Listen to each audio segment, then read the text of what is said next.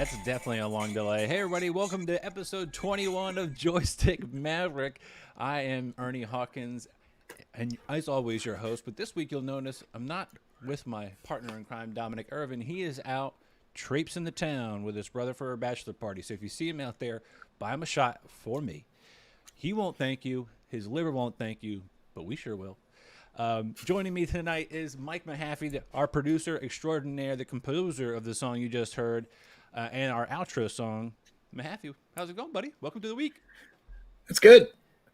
It's good. I'm a little overwhelmed from Squid Game. I burned through it pretty quick. We'll talk about it later, but yeah, I'm a kind of emotionally a wreck. Really? No, not really. I definitely avoided that one. I'm gonna start off. We talked about it a little bit just now. We brought up Squid Game. I have a hard enough time keeping up with the content for this show, the new stuff. I like. It's October, which held a really near and dear place in my heart. Growing up, it was always like the 31 Days of Halloween, and that was before it was even on like Freeform. This was back when Sci-Fi every Saturday night at like 10 had one of those 1931 classic films of like Dracula or Mummy or whatever.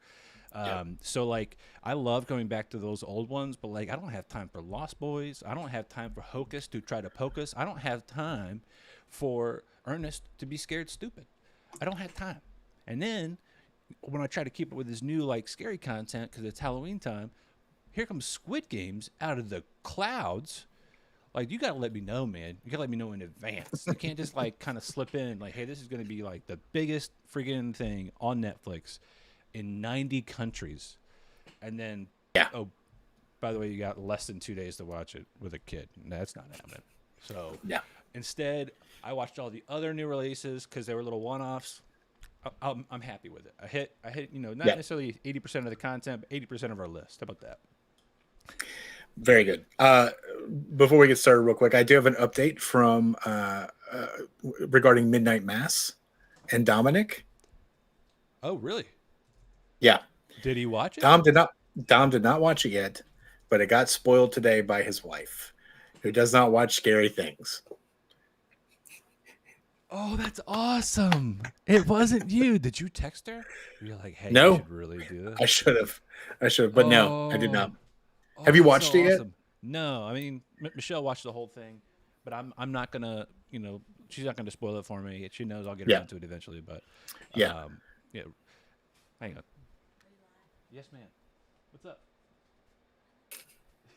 Hi, Michelle. Hi, Michelle. Okay, I love you. She says hello. But no, it was definitely something I think she enjoyed. She said it was a slow burn, and she knows like my attention is just it's not there, man. If I'm gonna have to sit there and watch it, I'm gonna like make a day of it, kind of like Squid Games. I'm gonna have to make a day of it because I'd rather hear it in like the native Korean. If there's a dub, I'm probably not gonna watch it in the dub because I can't stand it when dubs and then the subtitles for the dubs don't quite match up. Right. Oh, that was great. Oh, you did a really good job. Nope, that's not the same. Those are different words. Yeah. And they're different syllables. But I digress. We'll get to that a little bit later. All the gory details. This week, just a friendly reminder to everybody watching: if you see the spoiler banner, if it pops up, that means guess what? Spoiler alert. We're talking about things that you might have not seen yet. So once the red is away, you can unmute us. You can get back to doing whatever you're doing. But I'll turn it off when we're no longer doing that. So that's just another FYI for people at home. This week, as always, brought to you by Tough Wraps. I'm actually, you know what, Mahaffey, every week you do a great job, and you put in this like the blurb that Tough Wraps gave us, and I try to ad lib, and I just like forget all the talking points. I remember 3 things, and then I finally remember the 4th thing. I'm just gonna read it verbatim. Sound good? Great. Yep. All right. Sounds great. This episode is proudly sponsored by Tough Wraps. Visit https://toughwraps.com and use code joystick at checkout to get 10% off your purchase of supplements, apparel, and gear. Stay tough. Pretty easy. I should just stick with that from now on. A little bit of housekeeping up front. Dominic is back to doing streams, so if you want to watch him play World of Warcraft, once some of that stuff dies down, he this week was playing Batman Arkham Origins in honor of DC's Fandome that we're going to talk about later in this episode, coming out October 16th. Just trying to get back into the DC mindset. A lot of our show tends to lean more like Disney, Marvel, Star Wars, that kind of universe, because it's all on Disney Plus. But DC Fandome is a really great showcase that we'll touch on. That kind of gets you back into the spirit of all things DC. So join them on there, or you can also do this now. You can join us on Discord. Dominic set up a Discord for us. We've got it linked out on all the socials, so go there, click the button, and sign up for Discord. You can join in all the chats and see when we're live and what we're talking about. Really, really great stuff going on in there. So stop by, say hi.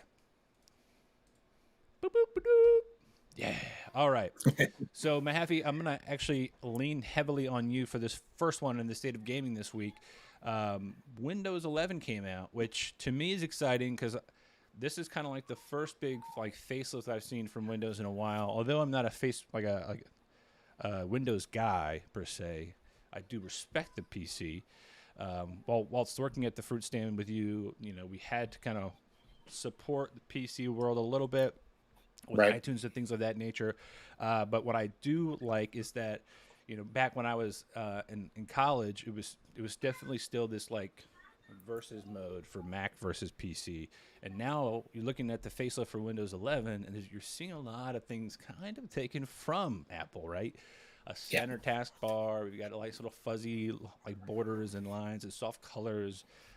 It's definitely different than what we've seen in the past. That I don't see the signature start button really, but I'm interested to see what happens. But I think this facelift is kind of coming at an expense. The biggest question I had from coworkers the past several days was, have you seen a performance increase? Some are saying yes, some are saying no. But I think you're seeing a lot more in the details with what you do every day. Yeah, well, actually, we are not allowed to update yet to Windows 11. But, with any major launch of a new operating system, there's always going to be problems. So I normally wait until the .1 release. I tend to really wait until then. That's when they usually get all the bugs pretty much worked out. But, some of the major issues that we've seen with the Windows 11 launch is there's apparently something called the Intel killer networking software that is just flat out incompatible with Windows 11, apparently. VirtualBox, which I know a lot of people use to kind of... Good night, Dada. Yep, good night. So VirtualBox, it's kind of like being able to run multiple operating systems on your machine is also incompatible. Memory leaks all over the place. I mean, this is a major overhaul for Windows. So, of course, there's going to be issues. If you're chomping at the bit to get that Apple feel on your PC, I would really just try to temper it and wait until there's a patch out. No, it's definitely a good call. I think it's the same thing with this new update that's coming out for Mac in the next couple of weeks. I really tend to jump the gun a little early on that, and it always tends to bite me in the ass. I think even this go around, it'll be something like, oh, hey, Docker no longer works, and that'll completely F my entire day. Week and job. So I really have to kind of tiptoe around when things work. Luckily last time I was kind of apprehensive, and then 2 days later you heard people just going oh my God, the world's on fire, I've got to reset everything and start over. It's did you back everything up? No, I didn't. Oh, why not? Oh, it's a work computer. Well, you still got to back it up. But, well, even in Windows 10, about a month ago there was a 0-day vulnerability. A 0-day vulnerability means that there's an exploit that they discover before the patch goes live, but after it's too late to fix it. Yeah. And so they put out an update pretty quick, and then that update had a 0-day exploit. No. So you had to update again. Yeah. So, things are complicated now with operating systems. Complicated. Speaking of things being complicated, how unaffected were you by the Facebook, Instagram, WhatsApp world being down this past week? first of all, hey Oshan, in the chat. But I get on Instagram. There are musicians I follow on Instagram that's their main platform. But you know as well as I do that was coming back up. So I don't get on Facebook ever. I don't use WhatsApp. It didn't bother me at all. What I found interesting though were all the stories about like people not being able to get into the office that day. See, that to me is like the bigger, huh? Because like, okay, sure, your front facing stuff, fine, but like internal systems being down, that's kind of that's not affected by a DNS server. Not that I know of, unless there's a central server controlling all of those cards and access to the building. But it's like, I don't think people are like, I don't think that's how that works. There was one big like delete button, and all of the code for Facebook was gone. That's not a thing. That's not a thing. Nope. Decentralized for a reason. Yeah, I mean, still kind of funny. It's a big egg on the face for Zucks and the team. And it doesn't. The timing was not great either. It was like that whistleblower was on 60 Minutes the night before. Dude, it was. You could not have played that better. I don't know what happened. We're never gonna know what happened unless there's a Senate hearing that goes WTF, mate, and then they have to like spill the beans in a sense. We're never gonna know. And like, what makes me laugh about it a little bit is like, there's so many applications I've built that like use Facebook for OAuth. Yeah. Like, how many of those applications no longer worked? And granted, it's why you've seen like a big push for for Apple to like say, hey, if you got to put up an app on the Apple App Store, you're gonna have to have Apple authentication if you're gonna have another third-party authentication. That would have been, to me, that's like Apple kind of going, yeah, we did it. Look at that, we proved it. You have to do this for a reason, and I wouldn't be surprised if we come to find out like 10 years from now, like it was actually Tim Cook himself. Totally just we know the great engineering mind that Tim Cook is. Just DDoS. I mean, they won a marginal victory in court against was Epic for Fortnite. Yeah. So like, Facebook's the other like another behemoth that needs to be taken down by all powerful Apple. Yeah, now it's like slow blink. I think the government is going to have, I don't know, they're going to have to do some kind of stepping in, because not necessarily for any particular reason other than trying to pretend that they can, control a company. They've given companies and corporations so much independence. There's really no way to take that back without a big fight. But I'll be interested to see how it all shakes out and over the coming months and years. But crazy days. Hey, Oshan says, I hear that Facebook 100% ended WFH, which I think is work from home because of the outage. That's crazy. So I guess that would make sense if there's no VPN access, right? You only get in on internal servers. But that would also lend to me that the problem came from working from home. Yeah. Like, say somebody's computer was stolen or something like that. I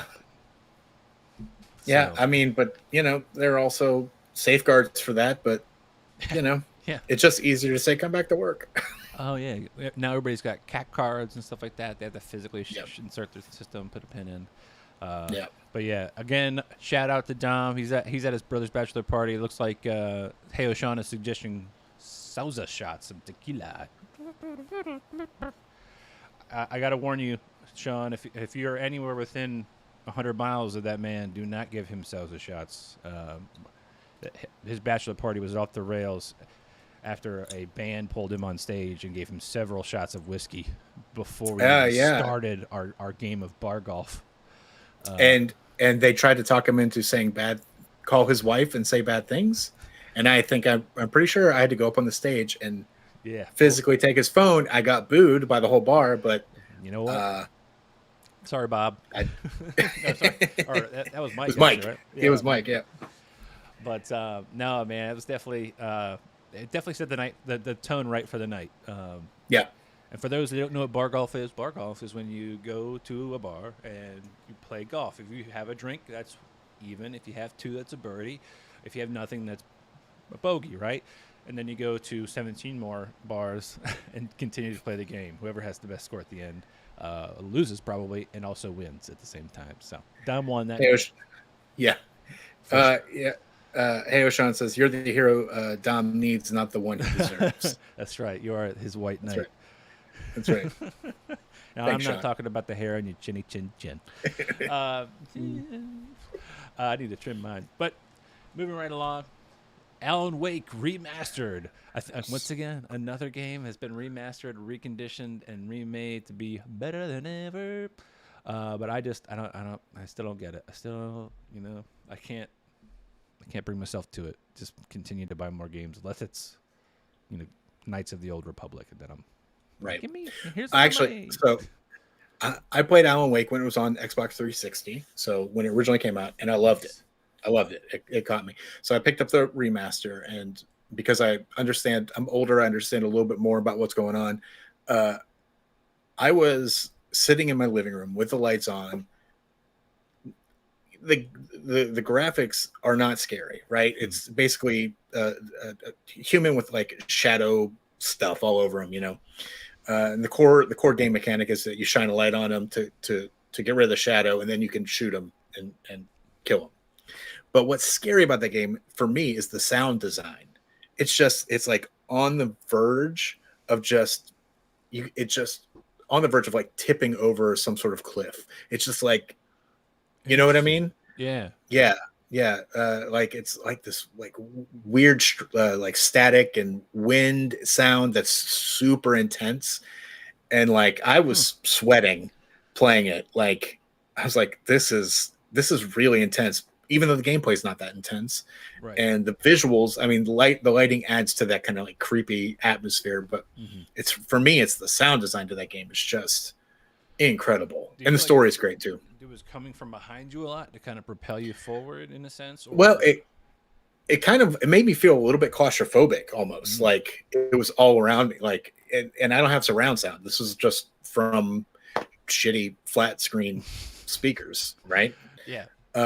With the volume mostly down because my kids are asleep, and I was just like, I was playing like I said, sweating and like going, this is way more intense than I remember.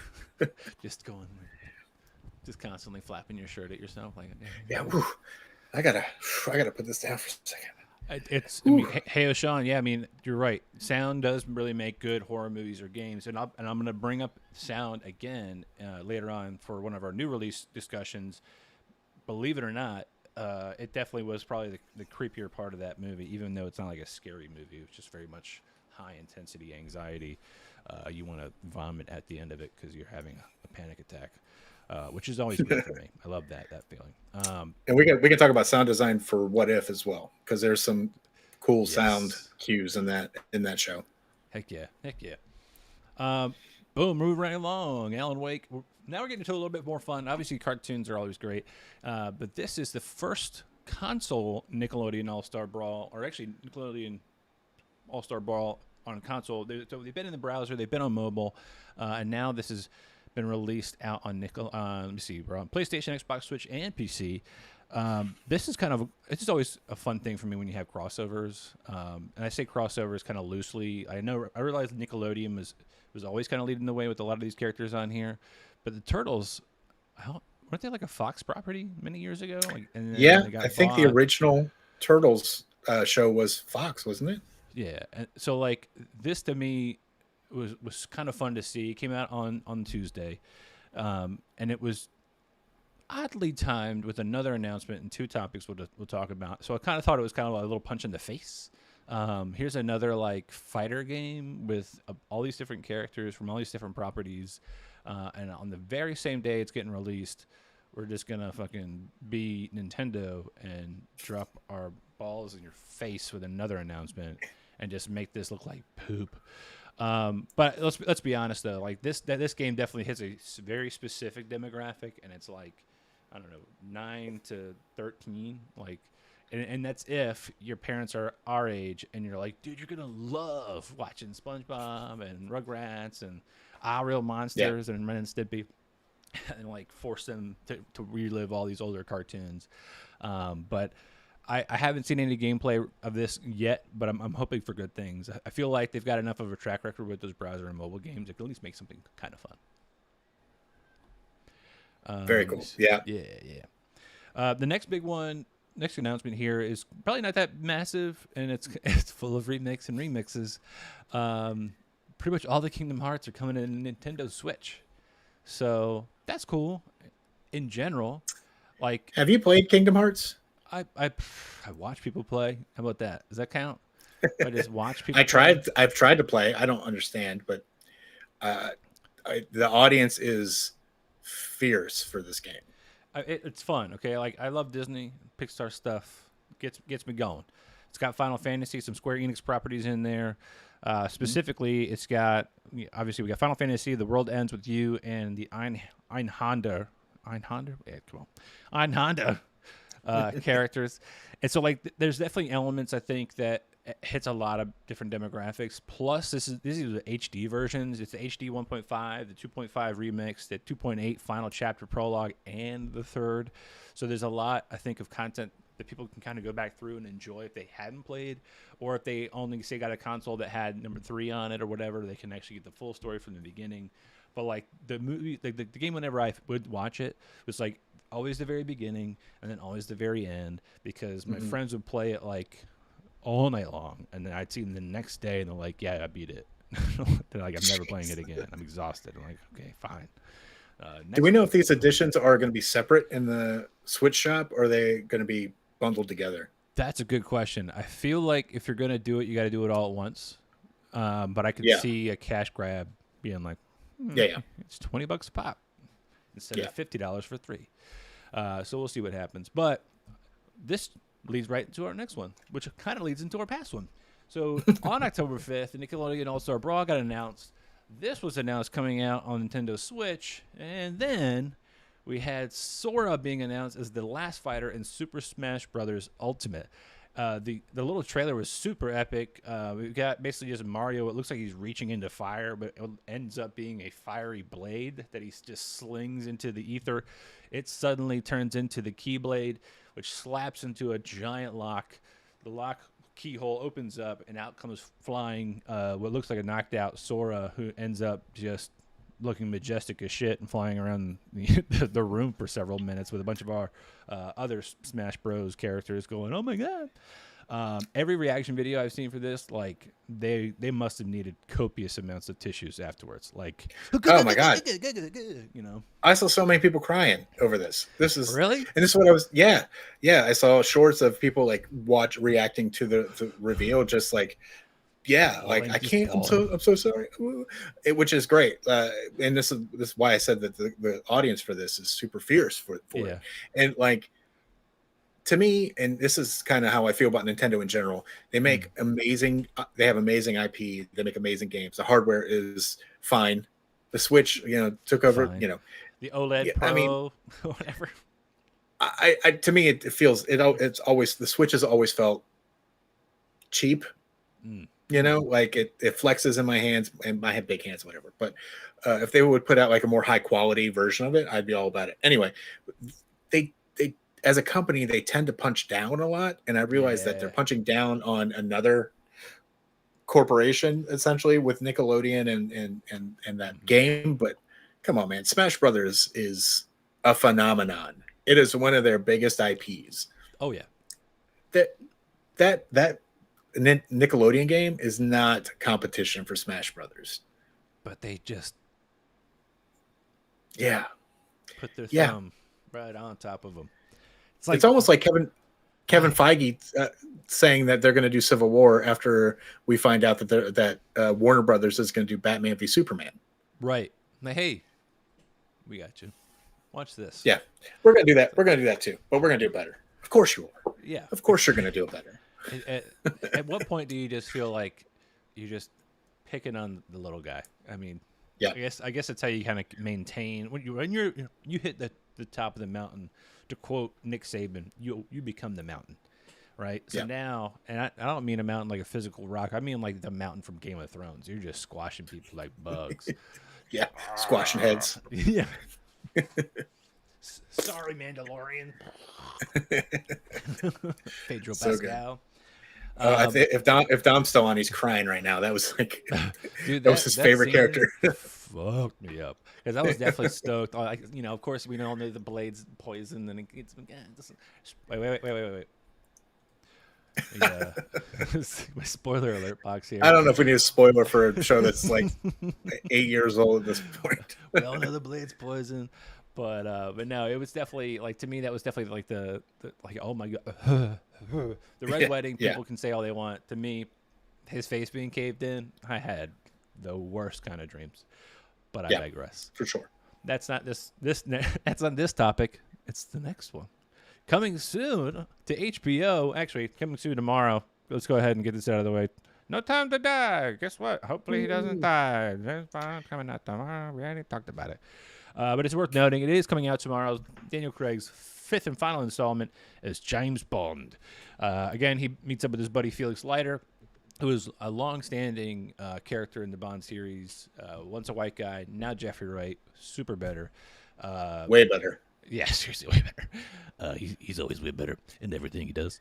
And so this time around, we get to see him fight alongside Jesus, we literally just mentioned them last week. Lashana Lynch and Ana de Armas. So they're going to kick ass. It'll be fun. I think Dom's going to go see it this weekend. So if you see him out there, buy him a shot again and make him open his mouth a little bit. That'd be great. Yeah, just because he's not here. Make it enough to ruin his popcorn. Yeah. You like butter? Yeah. Extra toppings. But now we're back to the topic I thought it was going to be, because that's what I remember before I added James Bond back into this. House of the Dragon, Fire Will Reign is coming to HBO January 1st. That's right. Your New Year's Day gift from HBO is supposedly going to be House of the Dragon, which takes place 300 years before the events of Game of Thrones. This is based off of the Fire and Blood book from George R.R. Martin. This looks awesome. Obviously we got a little bit of a bum rush towards the end of that show. I think a lot of people were just like exhausted. I mean, that series, we're going to get to people being exhausted soon. That series it felt like it never ended, right? Like, for the people working it, for not just the stage talent, but like the people behind the scenes, the sound engineers, the people doing all the different sets and stuff. I'm sure they were dragging at their like what felt like a decade worth of work in 8 seasons. There's just you gotta try to get to the end, especially with George R.R. Martin getting older. You start to go like, is he ever gonna finish that book? Probably. It's still questionable. I mean, Robert Jordan died before he finished Wheel of Time, right? Like, yeah.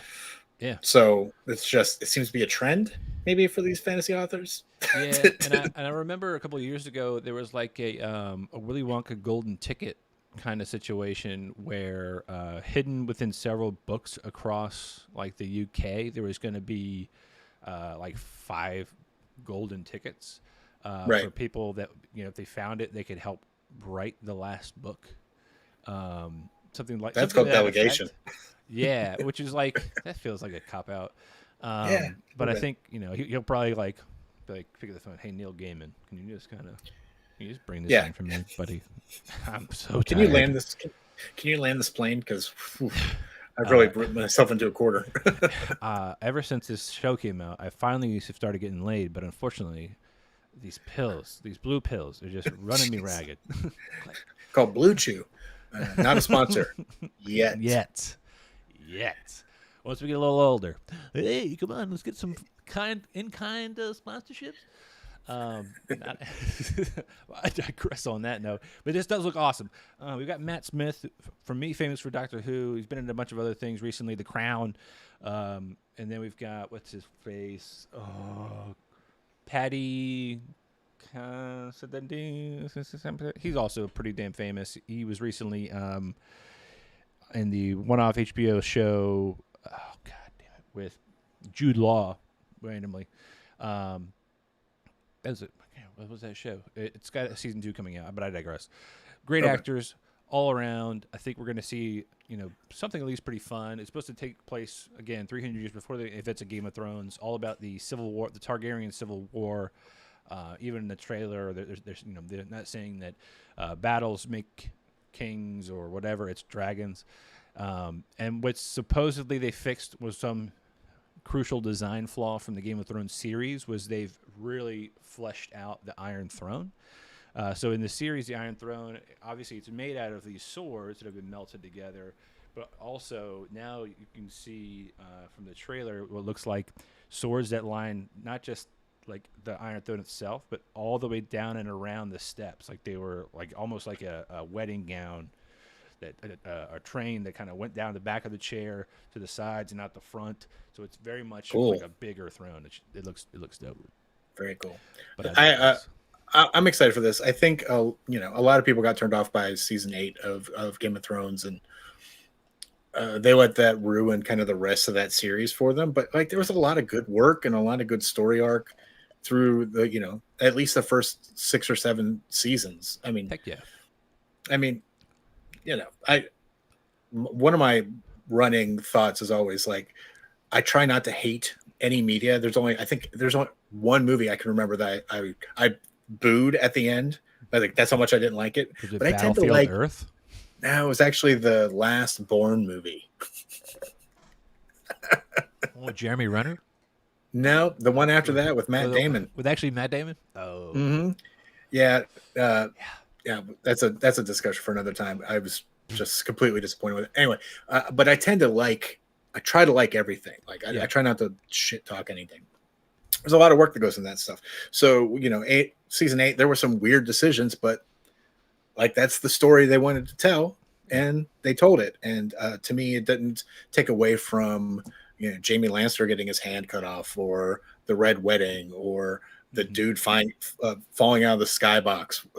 You know what I'm talking about? The like a lot of that stuff was just awesome. So those parts are still awesome. The Viper's getting his head crushed. Like all that stuff is still awesome.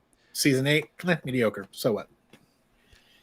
Yeah, no, I agree 100%. Now, granted, there's stuff. It's funny, I kind of tend to be the same way, mainly because I'm non-confrontational most of the time. But every once in a while, that one person that you're like, that person's going to ask me that question. They're going to ask me it. So, what'd you really think of blah blah blah? And I'm like, how much time do you have? How much time do you have? It's always how much time do you have? Next up, DC Fandome. I just mentioned it. October 16th. Again, DC Fandome to me is always really exciting. It's only happened once. This is the second time it's happened. Correct me if I'm wrong. But this kind of gives us several big things right away. I'm going to quickly read through this list, and I'm going to quickly read through another list here in a second. But it's the new trailer for the Batman, the content for DC's League of Super Pets, which I don't know what that is. First look at Black Adam. I'm sure The Rock's going to be there in some kind of like V-neck cardigan again, so you know how he does. He's got to be sweaty all the time. I don't know why he would ever put on a cardigan. The Flash, we get a sneak peek of that.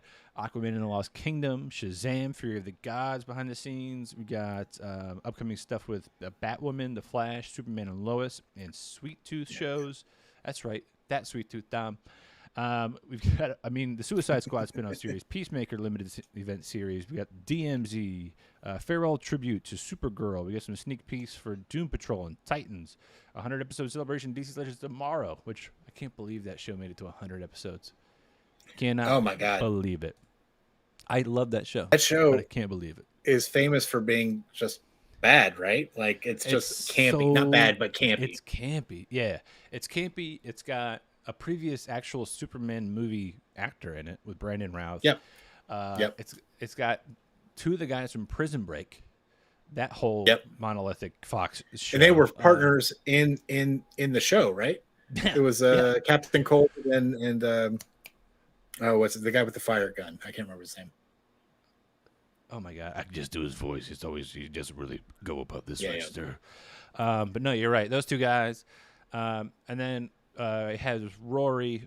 I'm calling him Rory. It's not his name in the show from Doctor Who. So Doctor Who. Once he was gone, I was kind of like, I'm out. Yeah, I was too. But then they brought Matt Ryan in as Constantine. And he is the best Constantine. Period. He's so good. I even watched that limited series of Constantine Yeah, live. Like when it came out, I was like, yeah, Michelle's like, I thought Constantine was American. I'm like, no, he is no, not. And he smokes cigarettes in your face, and he's blonde. And she's like, then why did Keanu Reeves play? I'm like, then we don't know. We we don't don't know. know. That movie was fine too, but like that limited run was so I loved it, and It, I was mad that they canceled it. And there was apparently so Matt Ryan, much like the lore behind his like yep, lair and like the Doctor Fate helmet. Like we had yep, so much potential, but I yep. digress. But Matt Ryan just walked away from the role, right? Like Yeah, something. Yeah, I saw the tweet he put out a couple weeks ago. That's a huge misstep, in my opinion, for Warner Brothers to let Matt Ryan walk away from the John Constantine role. He needs to be Constantine in all DC yeah. related media because he's the I, best. I have to agree, man. And like, not only has he been obviously the live action version, but he's been voicing all of the animated movies as well as John Right. Constantine, which is again a no brainer. Like, I love it Yep. when people, the actors that play him IRL, play him as voice actors. Now, granted, there's some people who just can't voice act. That's fine, but he can definitely nail it, and he did. Yep. But Yep. hopefully they make amends very quickly. Other ones to kind of quickly mention here, they got 3 upcoming comic book discussions for Wonder Woman. We got a Batman Fortnite crossover again called Batman Fear State. Black Manta series. We've got the return of a Milestone universe. Let's see, new look at animated and limited series Aquaman King of Atlantis. Harley Quinn season 3 is coming out. That's awesome. Glad to see that show still going. Yeah. Early look at Batman, Cape Crusader, and preview of Young Justice Phantoms. Young Justice, you know, our boy Dom's going to love that. And to round it all out, a preview of the Injustice animated movie and trailer from the new animated heist movie, Catwoman Hunted. That's a lot. That's a lot. Yeah. I mean, that's not even listing all the people that are going to be on this thing. Like the trailer for it had like 60 names. And I couldn't read them all. All I did was like see if they fucked up and put my name in the list. Like, let's go back to where the H's were. I'm like, was I in the middle of this? Oh man. Hey, Sean. I'm a little late to the game, buddy. Sorry. Sean wrote in here. Hey, Sean said, "Hey, I'll hate on season 8 for y'all. Haha." He said season 8 ruined subsequent rewatches for me. I think it's kind of like The Office, right? A lot of people only rewatch the seasons that had Steve Carell in it, and then they stopped watching it once he left, and then maybe they jump to like the end where Steve Carell's going back for like Dwight's wedding, like. Yeah. The Andy is manager stuff, the Dwight is manager stuff. Granted, those are fun. There's a lot of great episodes in there, but I think we all kind of agree like there was a heyday, and then there was like a trickle off. At the same time, there was also like good episodes where like Will Ferrell was trying to become the manager, and then like Ricky Gervais showed up, and like those were always fun too. Or like Idris Elba, James Spader. Yeah. Yes, exactly. Yeah. But those have their moments. And to kind of speak to Sean's point, like I totally understand why people like will have issues rewatching because they fall in love with these characters and then a decision's made by some writer that it doesn't make sense, right? Like for a lot of people in that show was the Daenerys turn at the end where she just kind of snaps and goes crazy. Like I get it. Going back and rewatching that would probably be like, well, I know how her character ends. So all this cool shit that she's doing now is just going to get ruined in season 8. I totally understand that. Makes total sense. Yeah. All right. Everybody's favorite round, the lightning round. All right. Lightning round. Let me see if I can get through this pretty quickly. Again, this is meant to be 5 minutes or less. Here we go. Twitch source code with comments and all has been leaked. Dr. Disrespect is still banned. Oh, geez. James Gunn teases big character reveal in Guardians of the Galaxy Holiday Special. Echo is going to act as Daredevil Season 4 with Charlie Cox to return as the Daredevil himself on Disney+. Disney and Scarjo settle for $40 million. Randy Pitchford, who's that? We don't know, steps down as Gearbox Software president to focus on Gearbox Studios. And the IATSE pending strike gets approval. This is what I want to talk about. I also want to, I think me and you have guesses at who's going to be the big reveal in the Guardians of the Galaxy Holiday Special. Yeah. I'm leaning Blade because of recent posts, but I could be definitely wrong. Yeah. I'm leaning more towards Adam Warlock. And that makes more Just be, sense. Spacey. yeah, just Space. because of the tag at the end of Guardians 2 Right, where she's that like, showed Adam Warlock's call me cocoon. Yeah, Adam. Yeah. Adam. Yeah, yeah. So that's my thought there. And the reason we're talking about this, in case you don't know, is that James Gunn put out a tweet that suggested that there was going to be a brand new character introduced in the Guardians of the Galaxy holiday special. Yes. Uh, But the IATSE, the International Alliance of Theatrical Stage Employees, recently got approval for a strike to come up. So evidently, I'm going to quickly read from the. I'm not going to paraphrase, because I'll do a terrible job of it. I'm going to read from the Time Magazine article, just like the first paragraph or two, to get everybody kind of a gist here.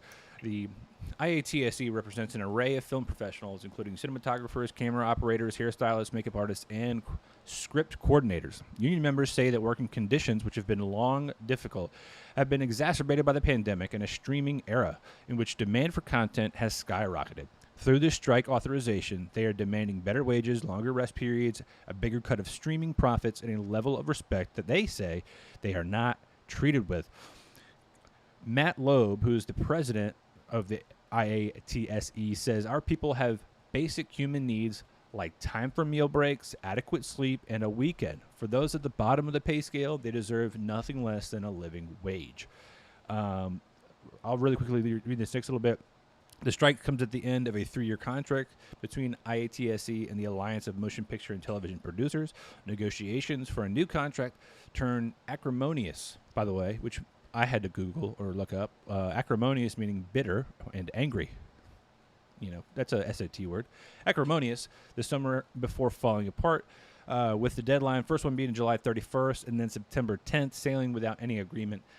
Between October 1 and 3rd, members of IATSE voted overwhelmingly for the strike. These numbers are what blew my mind.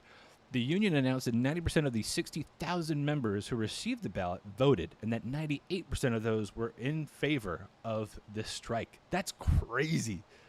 That's like, I couldn't talk to 60,000 people in like 10 years, and yet that many people were on the same like page as far as like the conditions they're being treated with and how they're being treated. That's a problem. Yeah. Well, and I think it's probably a symptom to a bigger problem, right? Yeah.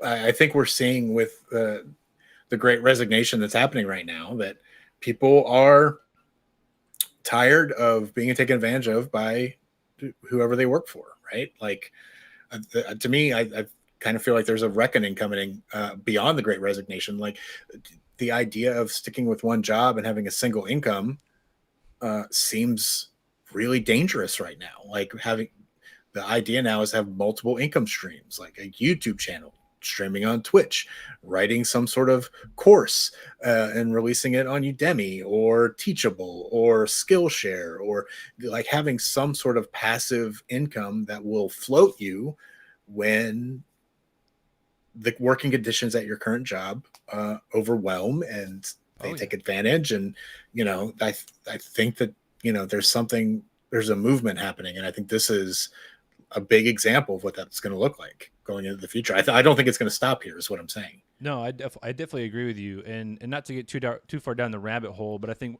one of the many things we've heard with the pandemic and people working remotely was two things. One, people were actually working longer and more, which is fine, if you understand that that's what you're doing, right? A lot of people did it, I think, out of kind of this fear that if I'm not online, if my light's not green in whatever software people use to see that I'm online, like if I'm not showing up and like throwing out messages, then the perception could be that I'm not doing my job, right? Whereas if you're physically there, someone physically sees you clacking away on keys or whatever, you're physically doing your job, then there's that impression that people appreciate the value you're putting in. But when you're out of sight, you might feel that you're out of mind and not respected or appreciated at your job. This, unfortunately, is a little bit different because obviously they've got to be on site. And then on top of that, they understand that in a pandemic, they're lucky to have the jobs, right? Like they're lucky to be able to be physically around other people and do the working wage. So they're going to work even harder. And I think to your point, there are people that are taking advantage of that. And it's an easy slope to slip into. It's easy to come to expect a certain level of productivity and forget the times when just 2 years ago that would have been like a hard 2 weeks, and then people are burnt out and they got several days off because they need to sleep or recuperate or do whatever fills up their engine back to neutral. But yeah, I'm interested to see what happens here. The next paragraph, little anecdote says if the strike moves forward, it would be the first major walkout of Hollywood workers since World War II. That's crazy. Wow. Yeah. Wow. Yeah, our friend of the show, Sam, was saying it was going to be bigger than the writer's strike that essentially ruined the show Heroes. And caused two half seasons of Entourage. Yeah. Yeah. That's what I remember. But yeah, but I think that show is brutal. It did. Yeah. But I think one of the bigger, the company that probably is the worst is probably Marvel Studios, because they've been able to collapse movie production from like, it used to be a 2 or 3 year cycle. You start, planning it out and filming and editing and finishing up CG. And it would be a 2 or 3 year cycle. But I think they got it down to like a year. That's crazy, man.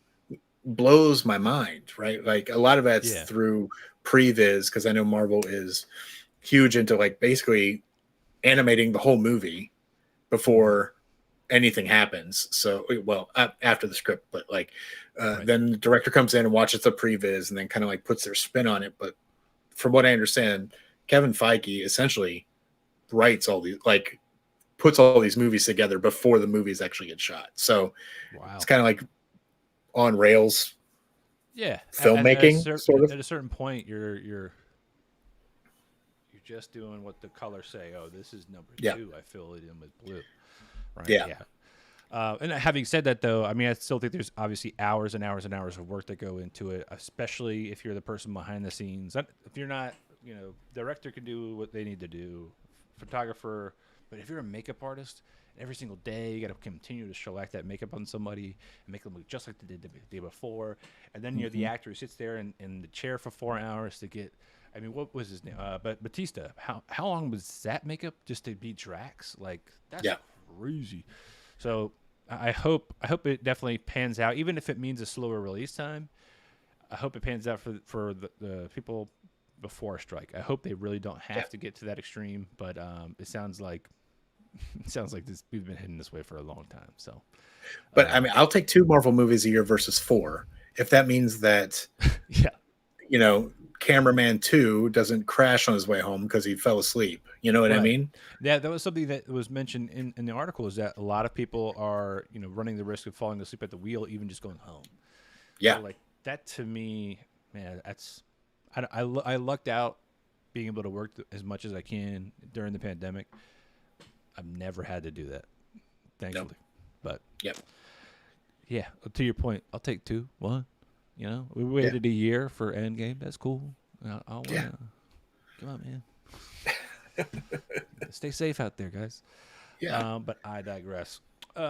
Next up, new releases. That was longer than 5 minutes for whatever. No big deal. It was a good topic, though. Needed to be said. This week, the first new release, The Guilty. This is the movie that I said earlier I felt like had good sound direction, sound design, because the movie more or less takes place only with Jake Gyllenhaal, period. It's not like, and he is a cop who has done something, we don't know what, at the beginning. And then he's put on the 911 call booths. And he's just picking up 911 calls, directing people to wherever they got to be.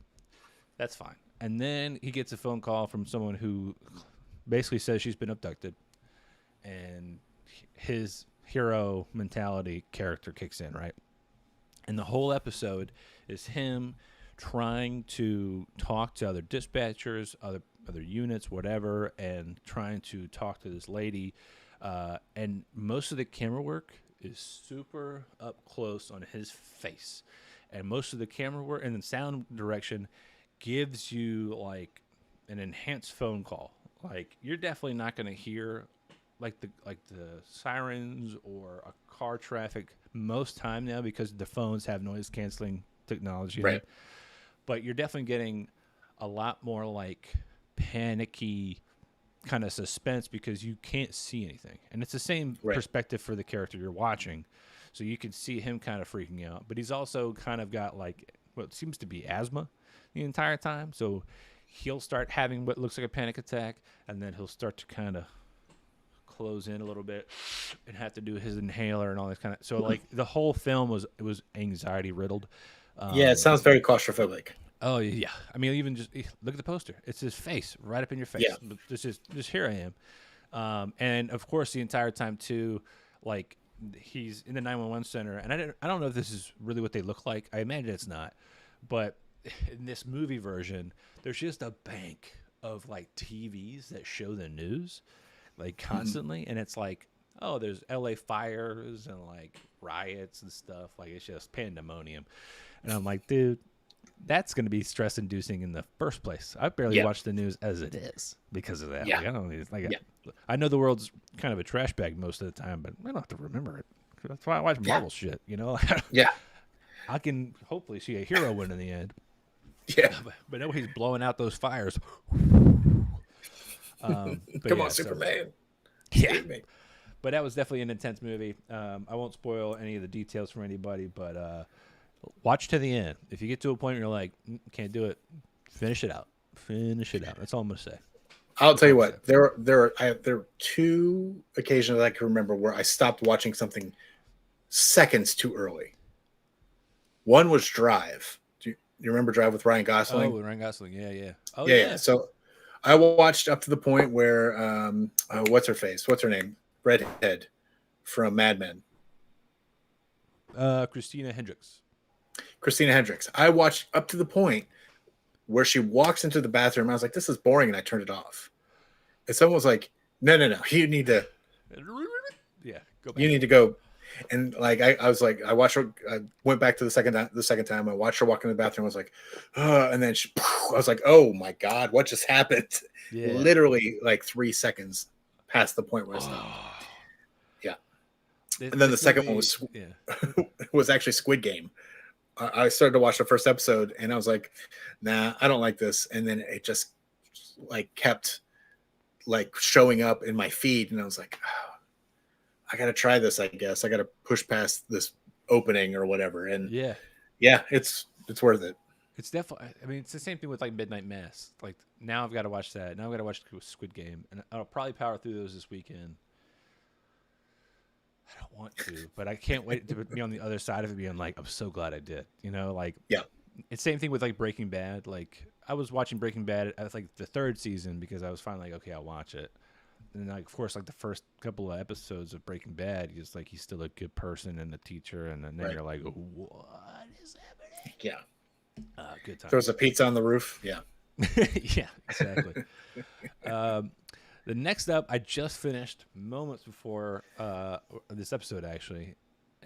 Sam, I got to find this tweet. I'll do it later. Sam basically said that this movie was a culmination of a particular director's work, just hodgepodged all together and then packaged and delivered. I don't know anything about that person, but I would have to assume this was because, like, every single, like, plot twist was in this. So, like, the entire time, you're kind of going, okay, I know that I know nothing. Like, every time I think I know something, because now I've had, like, 5 plot twists, I got nothing. And it's when it's the same thing when, like, when a scary movie has a jump scare every 10 seconds, you become numb to it. Yeah. Like, Absolutely. But it was definitely, again, I knew it from the get-go. It was going to be teenage angsty. Full of teenage angsters, not gangsters, but angsters. And they did this like perfect meld of every person, right? So like it felt like every spectrum of person was represented, which was great. Like nobody was left behind, including neo-Nazis, because reasons.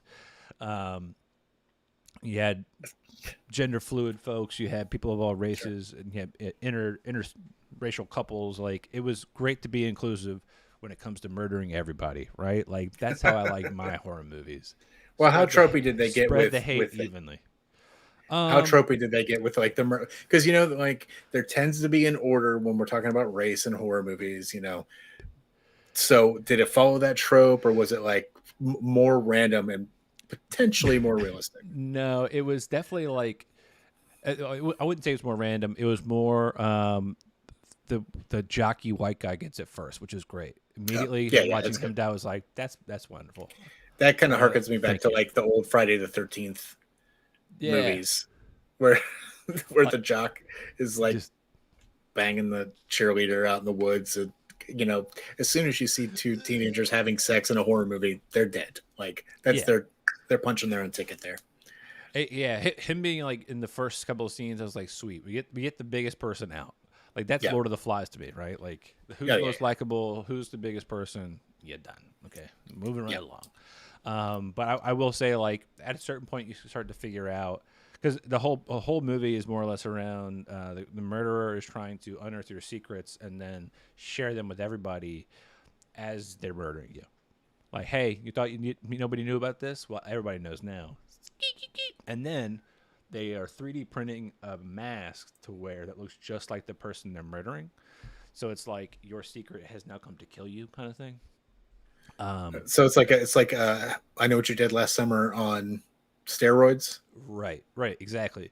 Okay. And in hindsight, a 3D printed mask should have been more of a tell. Right. Like, who's out there 3D printing masks? Because that's 3D design, it's modeling, it's all that. And then the print process probably is going to take 24 to 36 hours. Yeah. Yeah. And who's got the money? Yeah, for sure. Anyway. But it was fun. I mean, it's one of the first kind of horror things that's new that I've watched this season. So obviously Midnight Mass came out earlier. I probably could have watched that, but I didn't. I'm not going to keep telling everybody about it. And then finally, Squid Game. For new releases, Squid Game. This looks gnarly. Like if this was so Netflix, I found out like 2 years ago, has been doing crazy optimization tests when it comes to the little clips not clips, but like the cover art and the little screen grabs like this that they share when you're watching Netflix. And you can see that in even just blipping down the screen or down in your menu feed of like, okay, I want to see what new releases are. I want to see top 10 in America. I want to see horror. And you'll see Squid Game 3 times, but it's 3 different cover arts because they're trying to see what one you like, right? Right. Same thing with like the movie San Andreas. Do you see San Andreas with The Rock, and then like 2 rows later, do you see San Andreas with Alexandria Daddario or whatever? Which one are you clicking on? Well, that even happens across accounts. So like I would see it on my feed, Michelle would see it on hers, and a completely different set of cover arts. This cover art is ridiculous, right? Like, and for a while, I just saw the circle, triangle, and square, and I'm pretty sure, like everybody else who uses a joystick, thought PlayStation. Yeah. And you're just like, where's the X that marks the spot? Yeah. Because I don't get it. But now I'm kind of like, and all I'm seeing now is like memes, like of just shots of the show. I'm like, okay, I've got to watch this now. Yeah, that's kind of what pushed me to just binge it as much as I could. I didn't want to get anything ruined. I saw people I follow on YouTube were like breaking down stuff, and I was like, okay, I just need to watch it so I can kind of like get caught up on this other content about it. Does that make sense? Yeah, and like yeah. I think the one that's triggered me the most, and this is going to be not really telling about me at all, actually, is the weird robot mannequin with crazy eyes, like the pink robot thingy, and I'm just like, I don't even know what that is. I got to know if it's just laser beams coming out of this thing's eyeballs, or if it's just like looking for facial recognition, or like there's a picture of just like a dude holding the back of the shirt of another dude before he falls in the ground, and it looks like they're kind of standing still, and I'm like, okay, is that like, and the memes for it are great. They're like, this is me, and then the guy holding me up is like knowing that tomorrow's Friday, or like this is me, and the guy holding me up is like that first cup of coffee, like that Sure. kind of like. Yeah, Now I'm yeah. like, I need to know what this is. Don't watch. Oh yeah. Sean just said, sadly got the ending ruined by myself because of YouTube autoplay. Oh, that sucks so bad. Yeah, Sean, I've decided with New Rockstar specifically that I have to unsub from their channel when something new comes out Do they just put because like they thumbnails to give it away? notoriously put something in the thumbnails. Like Into the Spider-Verse came out, and I shit you not, their thumbnail to say what they were going to say, we're going to break down the post-credit scene. The thumbnail for that video was Spider-Man 2099. And I was like, are you shitting me right now? D-holes. The worst. The worst. And they've done it a few times, even recently, where they'll put something in the thumbnail that's very spoilery. It's crazy. So if there's something I care about that I don't want spoiled, I will have to unsub for that amount of time. So to me, like that's doubly hurtful, right? One is like the minute you realize they are gonna spoil it, and I probably should have had this banner up the entire time we were just talking. Oops. Spoiler alert. I don't know if we've actually talked about many spoilers for Squid Game, and I've actually been pretty good about it, if I'm being totally honest. But like, if you know that channel does spoil, and then you start to see that the thumbnail spoil, to your point, unsubscribe. Unfortunately, I'll get like the YouTube algorithm will still serve me some bullshit, and most of the time, I just assume that it's like really hacky photoshops of something, or something that somebody put together. And I have to continue to tell myself that, or I will get totally spoiled on like 95% of the internet. Yeah. Same thing with like TikTok now. I have to give it a day or two because the algorithm is so keen, honestly, to the content we talk about on the show that I have to not even touch it for 2 days because I know that's like the first wave of just all the spoilers are coming through. Yeah. So I just back off and go down my dark hole of like LinkedIn. Like, oh. Go through your TikTok withdrawals because it's so addictive. It is addictive, man. It's, I gotta be careful because like the more often I think I lose feeling in my legs, the worse I'm gonna be. I gotta make sure I can stand up before I just totally lose all feeling in my toes. Hey, Oshan, I will support you in going into their Discord to yell at them because it for a channel that they're excellent at reviewing and breaking stuff down and going like frame by frame through stuff and picking out things and connecting it to comics and other movies, and the content's incredible. They don't think about the thumbnail and how it's just going to ruin it for people that don't go out the first weekend to see the new thing. Yeah, especially on the heels of a pandemic. I feel like there's got to be like a 7-day rule, at least for a little bit. Like it's Rahul Kohli. 24-hour rule for a while. Yeah. On Twitter, Rahul Kohli was like, "Hey, man, can we stop with all the Midnight Mass spoilers because it's only been out for like 5 days? Can we just chill a little bit?" Like, give me a day per episode. Give me a day per episode. If it's a 9-episode show, 9 days. Like I can only do it so often that I realize that I'm talking as a 35-year-old man with a young child. And I realized that when I was 19, I'd be like, go fuck yourself, old man. I'm going to watch it all. I'm going to tell the whole world about it. And a 3-second countdown before talking spoilers. Oh, sorry, man. He said I can't reach the mute button fast enough. Yeah, we're definitely working on it. I'm trying.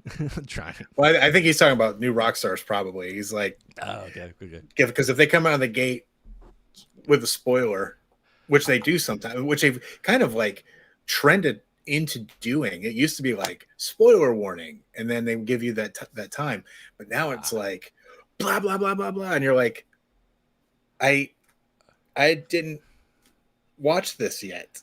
I've got to make like an animation here. If like just throwing up the banner is fine, but that's immediate. I need to make a whole animation where it's like 3, 2, 1, spoiler alert, and then like we roll into it.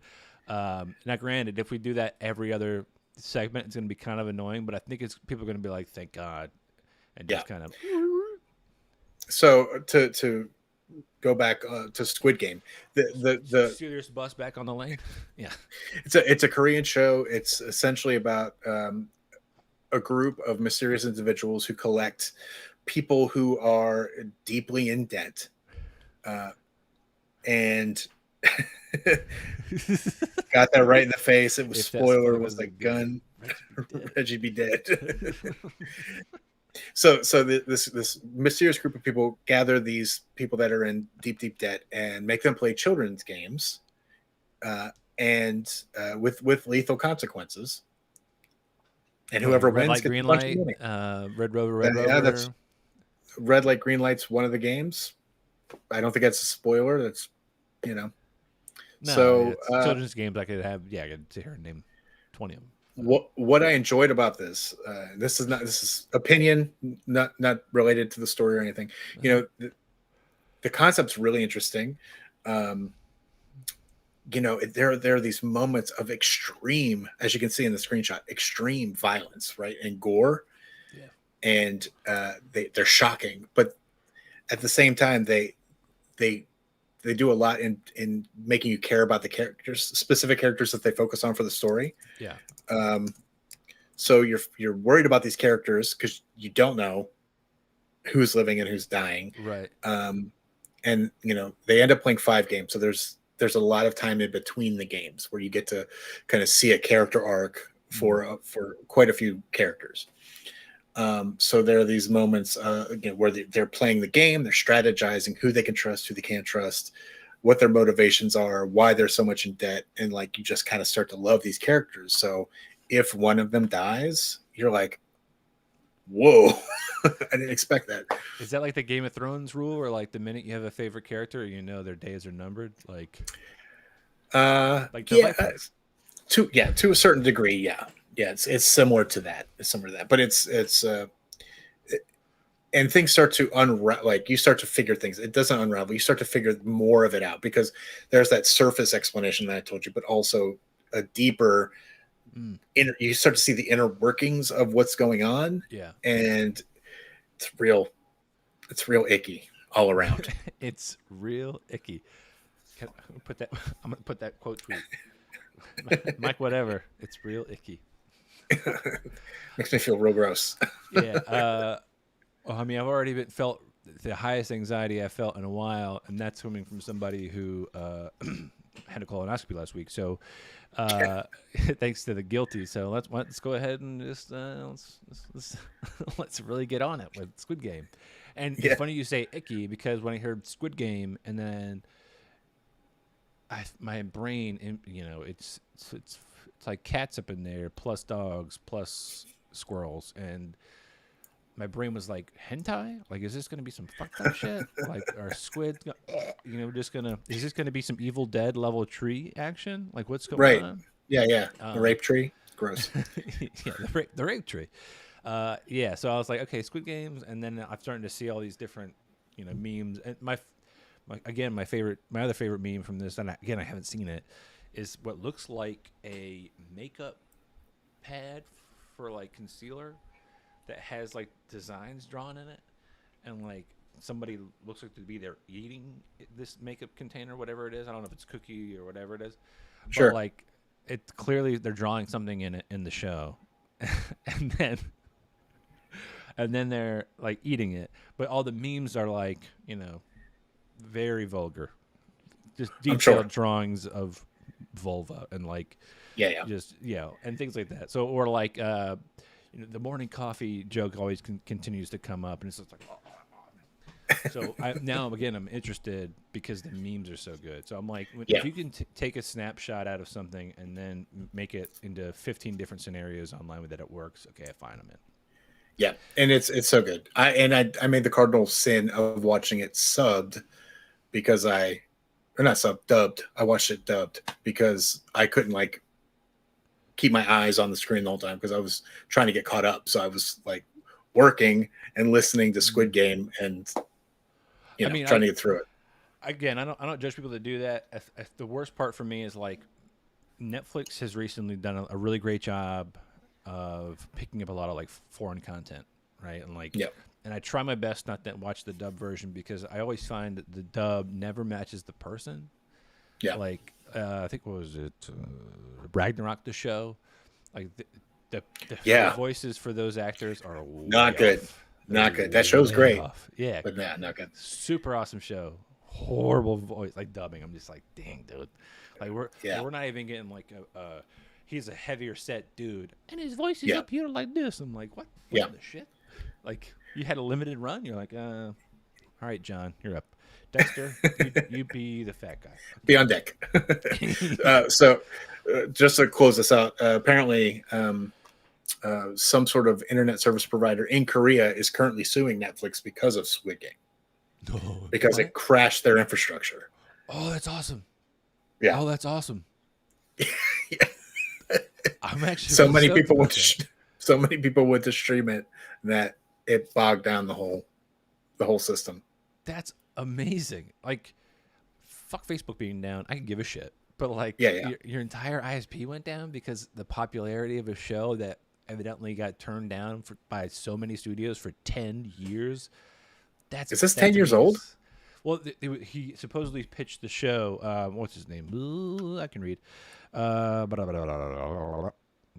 Where's the director on this list? No. Oh, I didn't put a director on the list. Well, anyway, he tried to pitch it for like 10 years. And like studios are just like, no. And then finally, he got approval to make it. And it's a smash, right? Like, yeah.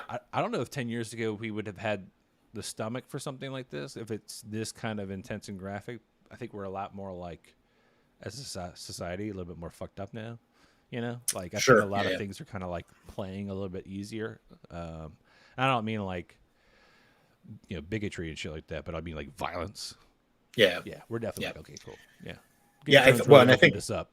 Exactly. I think that Game of Thrones played a large part in that. And if this would have came out at the same time as Game of Thrones, I think it would have been maybe too much. Like, what's happening right now? I mean, am I becoming untethered? I don't understand what's going on. I will never forget the very first moment I saw something on a movie that like made me physically uncomfortable to where I left the room. It was Halloween 2000, and it was a scene where Michael is chasing one of the characters in the film, and she tries to get in a dumbwaiter and go down the dumbwaiter. And it falls on her leg, and I saw that knee snap, and I was just like, I was like 13 years old. I'm like, I'm out. Yeah. I'm out. Yeah. For me, it was the Toxic Avenger. Oh. There's a scene where a group of high school kids are playing the hit and run game. And they hit a kid on a bike, and they're like, he's still moving. You don't get the point. So they back over him, and I was like, okay. Yeah. I think I was 7 or 8 at the time, and I was like, nah. Yeah, it's still with me. Like, I can't. Still, I won't say anything specific, but 2 subjects ago, The Guilty. There was a moment in that movie I was like, I'm glad Michelle's not watching this. I'll put it that way. All right. I told her about it, and she was like, "What the fuck?" So she was mad I even said it. Like, that's how bad the content was. Like, oh. And it's not even on screen. Like, your imagination makes it worse. But I digress. All right. Well, there it goes. New releases.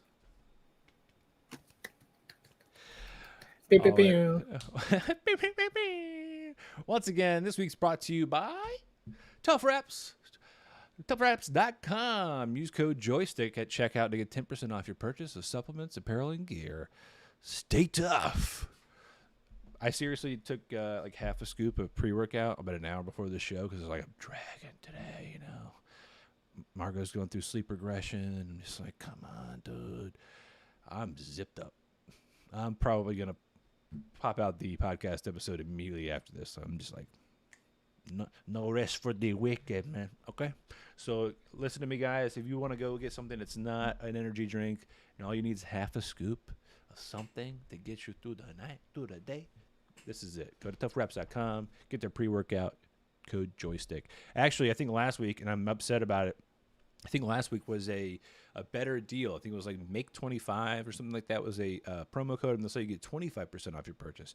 If you see that better deal, use the better deal. You're not going to hurt our feelings, if they've got a site-wide sale, which I believe they do right now for Halloween, use that site-wide deal. Do not get a lease deal or a worse deal because you like us, which would be nice if you did. That's great. Get the better deal. The stuff is that good. The shirts are super soft, really nice. Get on it. I love it. 30 people in the world have the bulk of the money. So, like, we're all fighting over scraps. Save where you can. Nice. By the way, I love the fact that I mentioned my wife once and only once, and she's in. She appeared like Candyman. I'm watching, so I can't say too many more things about vulgar things, but I digress. Candyman. Yes, Bloody Mary, Bloody Mary. This week's final round, finally, something upbeat.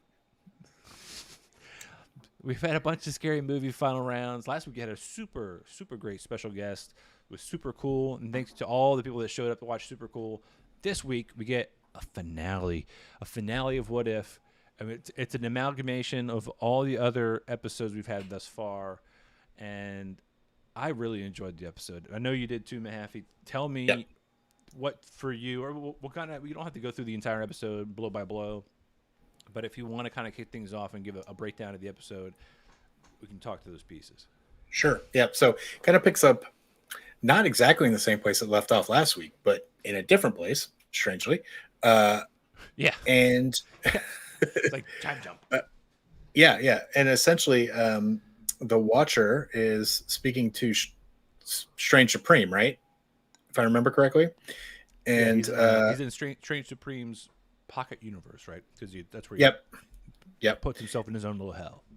And then he just goes and starts recruiting people, showing up in these universes saying, "You're chosen," and just grabbing them out of their time and their universe and dropping them in the tavern that Captain Carter was in the first episode, drinking with her crew. And they go to take down Ultron, and probably the coolest action sequence the whole series, I would say. Oh yeah. I definitely. So this to me was like the Marvel's Legends of Tomorrow episode, where somebody just shows up across time and space and just recruits these people. But I have to agree, the action sequence was A, fast paced.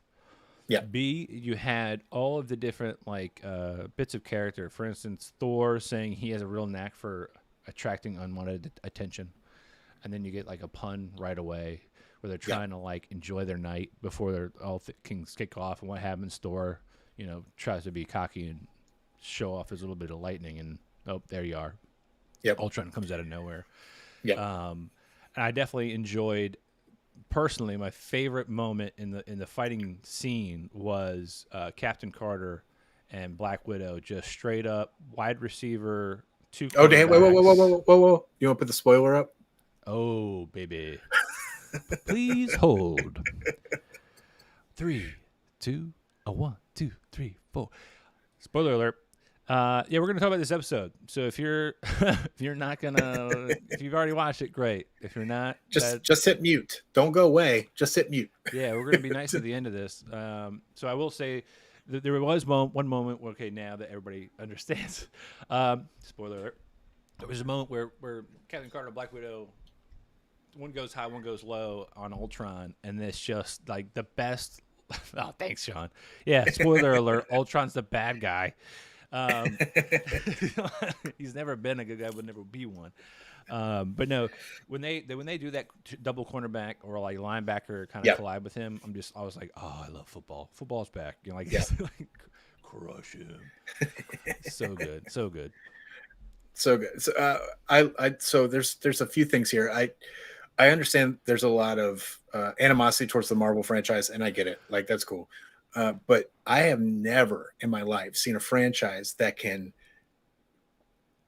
set up something in a movie from 10 years ago and pay it off 10 years later, right? So, for instance, we were talking about sound design earlier.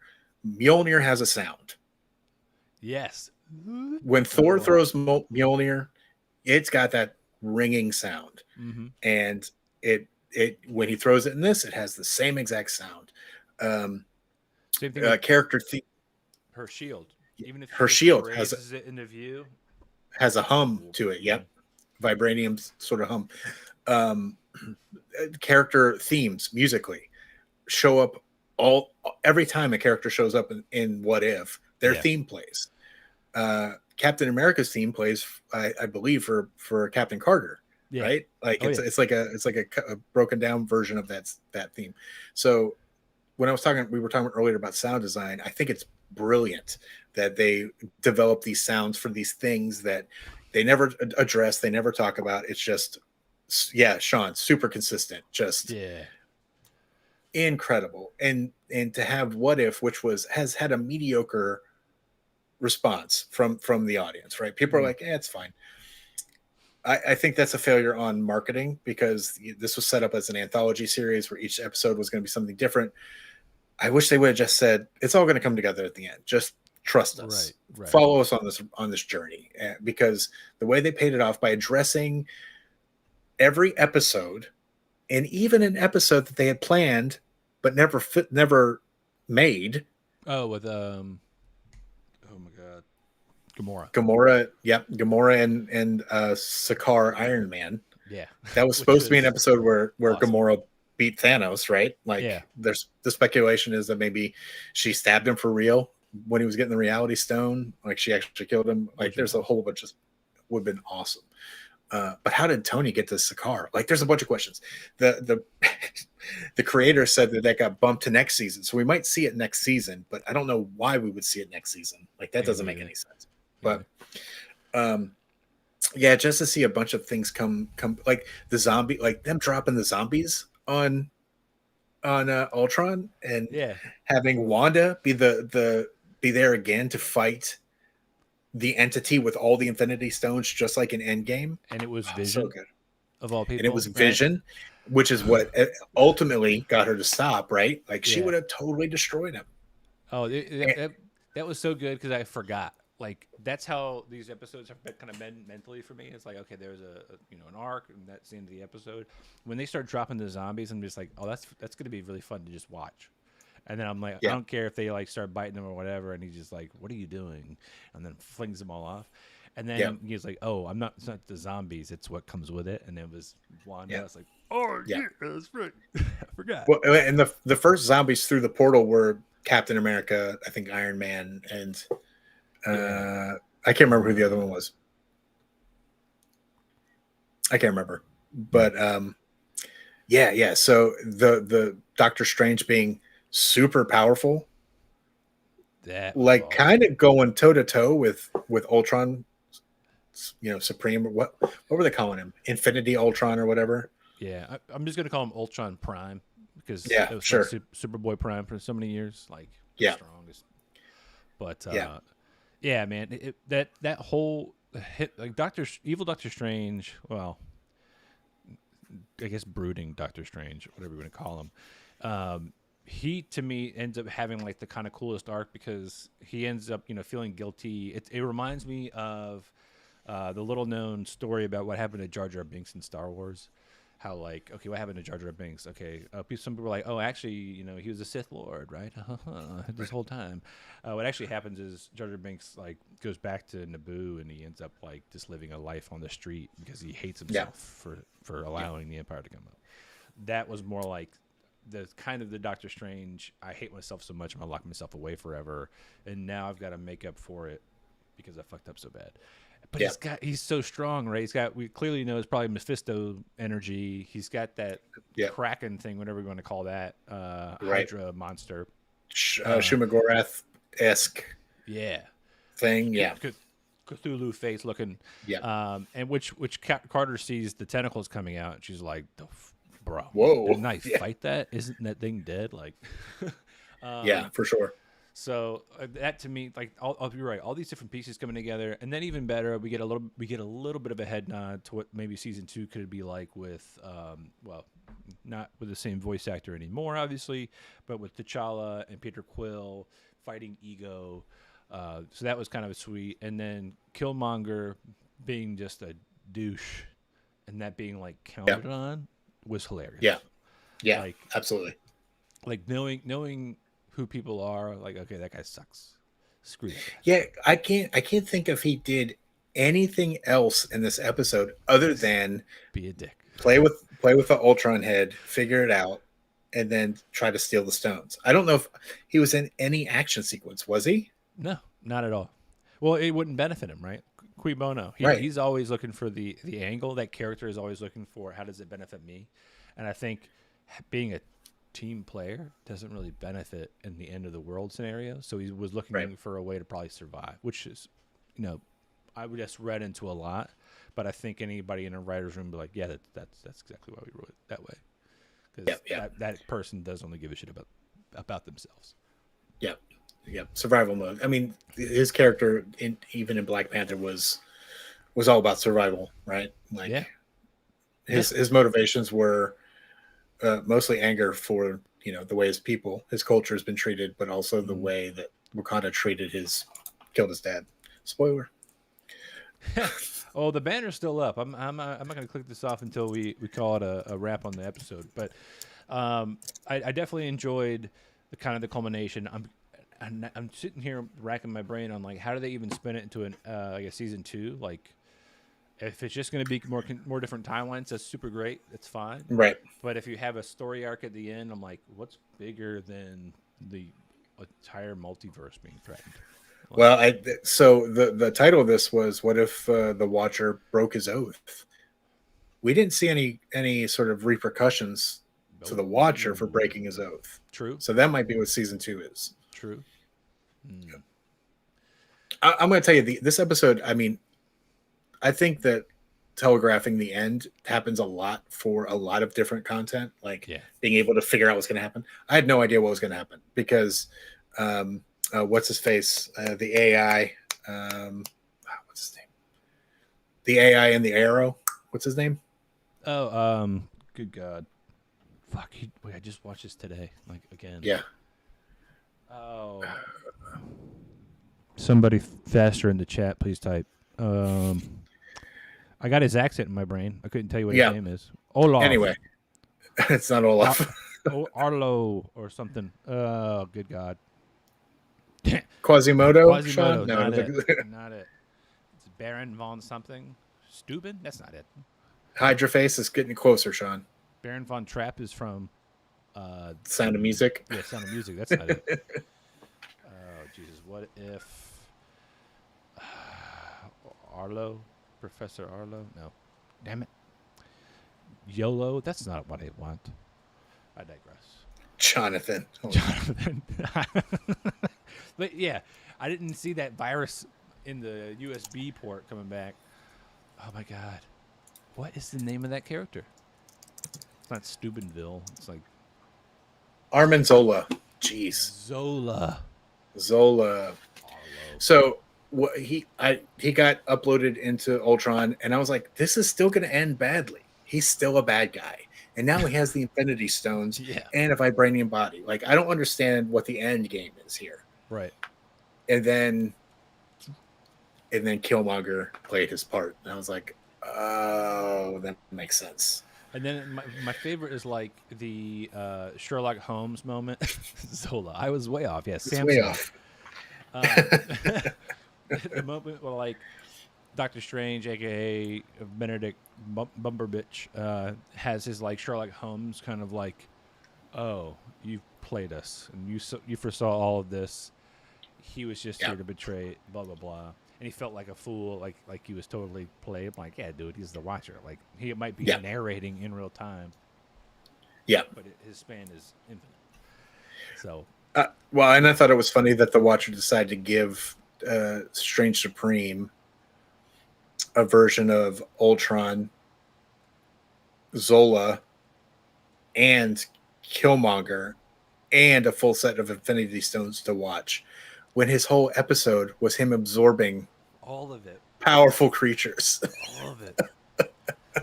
Like, maybe that's part of the reason why, like, he was going toe to toe with Ultron, but Ultron was just like, I just need to kill you, and just started just beating the shit out of him. Like, oh well, your energy, at the end of the day, Doctor Strange's powers are only really as strong as his will, right?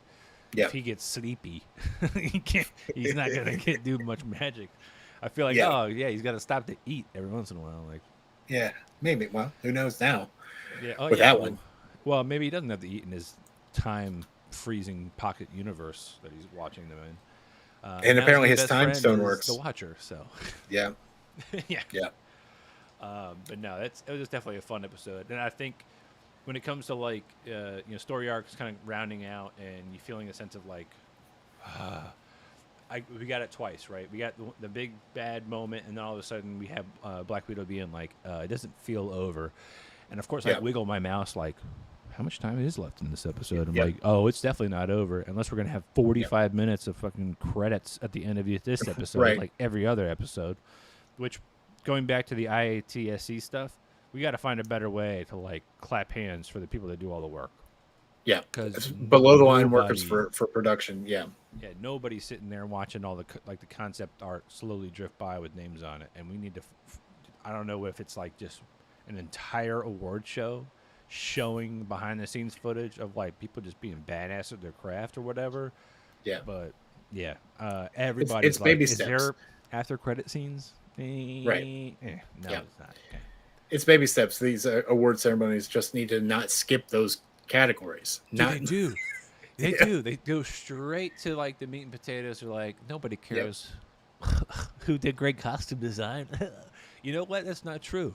I'll sit there. I'll be watching a show or a movie with Michelle, and this goes to like, I gotta like it for something. 9 times out of 10, I'll be like, that was actually really great costume work, or like set design was insane. Too bad this actor phoned it in, or actress, or female actor phoned it in. Too bad the script was bad, but like, there's something redeemable about it. Yeah. And 9 times out of 10, we always like 10 months later, we're like, they won an award for that. Called it. Yep. Called it. I should be a part of the people that give out these the awards. Academy. Yeah. Just give me a little hat or something. And all the. By the way, I know I'm wearing actually a New York Giants crucial catch intercept cancer hat, but I put it this way because I thought it was hilarious to have the NFL logo, which like I think there's a bunch of people online just ragging on Rob Lowe last season for wearing at the NFC or AFC championship, he was wearing a white hat and it just had the NFL logo on it, and they were like, that's very Traeger of you from Parks and Recreation, where you just want everybody to have a great time. Like, you're not going to show that you're rooting for a particular team. So it's like, I just want everybody to have fun. Just good, clean fun. Yeah, there you go. But yeah, it makes me laugh. But no, this week, good week, man. Episode 21, our show is now legal. Our show can go to bars, as far as, that's how it works. Episodes are years in show times. Correct. If you were if we were Joe Rogan, we would be Gandalf in years, right? But we're not. So right now we're just starting to crack a cold one. We're gonna make some mistakes. We're gonna go see Dom, buy him some shots on our birthday. But no, this is fun. Mahaffey, I'm glad to have you in the chair. I really appreciate it. It's always fun. I know as a papa, I know it's not always easy to get away, but I appreciate you getting loaned to me via your other half. So tell her thanks from the show and our audience here. Will do. Yep. So we can wrap things up. There's no real smooth transition here. It's just like, thanks guys. keep showing up. We get better with time, I swear. These jokes get funnier. This week it was a nice little what if. The next couple of weeks we've got major things coming out, especially as October continues on. Netflix, I mean, I realized that new releases starts to feel like a little bit Netflixy. I think all 3 of our new releases were Netflix this week. Well, it's because Netflix is just shitting out new content. There you go. I get drunker. Thanks, Sean. And I mean, one of them is like the new season of Lock and Key, which I'm looking forward to. I enjoyed the first season of that. Can't wait to see the next season. We've got Dune coming out later this month on HBO Max. There's just it's never going to end. Thankfully, hopefully the IATSE gets all the things they deserve. And gets their strike. Hopefully, never even has to happen. Hopefully, they come to terms and we continue to have content. But we've got right after that, holiday season's coming up. Some more video games. We'll be here the whole time. So thanks everybody for watching. I'm Ernie at UXD. Oh, sorry, at Ernie UXD. Yes, I reversed that. That's I'm it. Ernie Hawkins at Ernie UXD. I'm Mike Mahaffey at Mike_whatever. There you go. And this is Joystick Maverick at Joystick Maverick everywhere. Doesn't matter. If you go to Twitter and it doesn't fill, you'll find us. Get there. Thanks, everybody. Thanks, Sean. Enjoy the weekend. Stay safe. Peace.